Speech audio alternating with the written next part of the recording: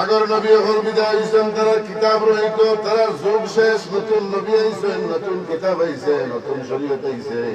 কিন্তু আমার নবী বিদায় হওয়ার বাদে নবীর কিতাব জমিন আছে না নাই? শরীয়তের কোনো বেশ হয়েছে নি, কিতাবের জের জবরের কোনো পরিবর্তন হয়েছে নি। 1450 বছর আগে, প্রায় 1500 বছর আগে আল্লাহর নবী যে কিতাব রাখিয়ে গেছেন, যে কোরআনুল কারীম, এই কোরআন কিয়ামত পর্যন্ত জমিন থাকবো, একটা জের জবর নক্তার পরিবর্তন হইতো না। আল্লাহর নবীর জিন্দেগীর সবচেয়ে বড় মুজিজা হইল কোরআনুল কারীম। সুবহানাল্লাহ।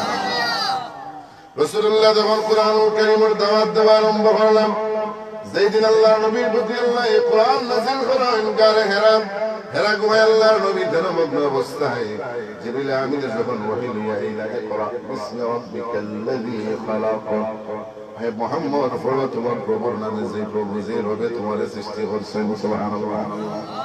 যেই দিন ওহী নাযিল হইল, আল্লাহর নবী হেরা গুহায় থেকে দৌড়িয়া আম্মা জান খাদিজাতুল কুবরা রাদিয়াল্লাহু তাআলা আনহার ঘরে আইলাম। দেখে বল, খাদিজা রে, আমার বড় ভয় লাগে, আমার চাদর দিয়ে কম্বল দিয়ে আমার ছড়াইয়া রাখো। আম্মা জান খাদিজাতুল কুবরা এদিকে, হে আবুল কাসেম, আপনার কিতা হইছে, আপনি না ভয় লাগে কেন, শরীর কাফের কেন? আল্লাহ নবী ডাকে বল, খাদিজা রে, আজকে আল্লাহ পাক রব্বুল আলামিন আমারে সালাতের দায়িত্ব দিলেন। আমি মুহাম্মদুর রাসূলুল্লাহ শেষ পয়গম্বর, আমার বাদে আর কোনো নবী নাই, আমি হলাম আখিরি জামানার পয়গম্বর, আখিরি নবী। আল্লাহ রাব্বুল আলামিন আমার রিসালাতের দায়িত্ব দিয়েছেন, তার দ্বীন এই জমিনে কায়েম করার লাগি।